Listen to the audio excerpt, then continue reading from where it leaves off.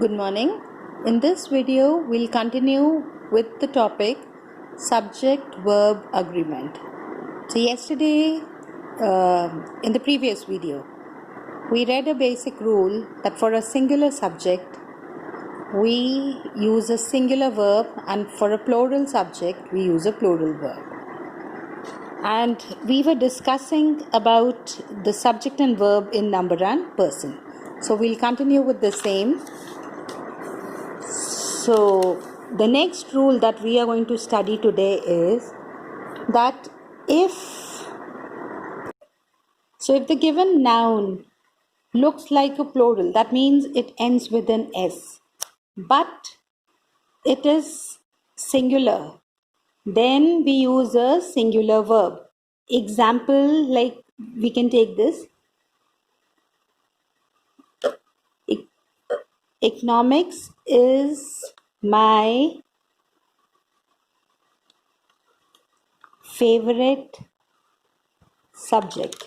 See, in this is the noun is ending with S, but it is not the plural form, it is the singular form. So we will use a singular verb. We will not use are here, it is the singular verb that has to be used here. Alright, now let's move on to the next rule. So the next rule says that few words like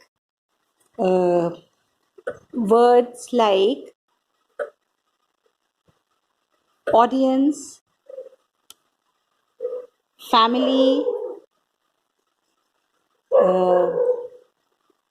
crowd, they take a singular or a plural verb depending upon the sentence. So it is going to take the plural verb or the singular verb, and it depends upon the sentence. But there are few sentences where there are exceptions also. So I'll take an example for that. Like the audience dash very excited. See, audience. Here we are going to use a singular verb with audience.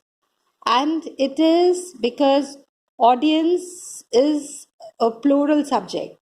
But the verb that we are going to use with it will be singular because it is treated as a group. So the audience is very excited. Alright, the next rule says that everybody, somebody, nobody, anybody, anyone, when we use these words, so it takes the singular verb. So we'll take an example for this, like nobody dash perfect in this world. So whenever we are using words nobody, anybody, somebody, then we have to use a singular verb. We will not write nobody are perfect in this world, but a singular verb will be used, and it will be nobody is perfect in this world. So the next rule says that when the nouns, they are joined by and, so they take the plural form. So like oranges and melons. So they are joined by and. So when they are joined by and, they will take the plural form of the plural verb. So this will be oranges and melon is his favorite fruit. No, it will be are his favorite fruits. So the next rule says if subjects are joined by subjects are joined by or nor either neither, then the verb agrees with the subject nearest to it. Agrees with the subject nearest to it. So let's take an example of this. So when we say, so the example is neither he nor his sister dash there.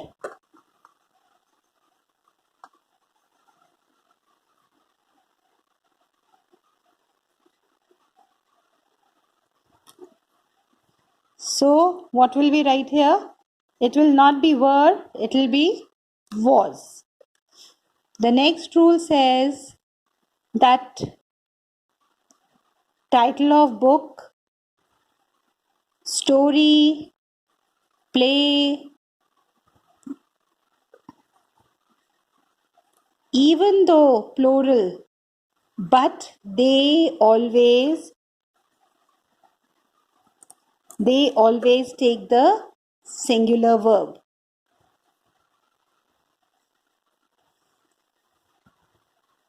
Like Harry Potter dash a very good book. So it is. And if we talk about the plural also, like the three musketeers.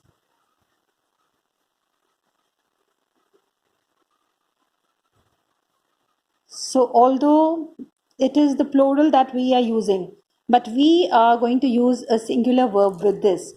So the Three Musketeers is a very interesting book.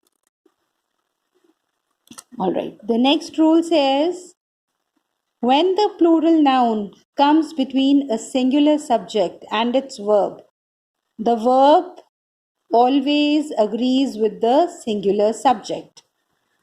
So now in this, when the plural noun, it comes between a singular subject and its verb, then the verb agrees with the singular subject. Now each of the watermelons. So we are talking about each watermelon. So we are going to use the singular subject. So each of the watermelons is sweet.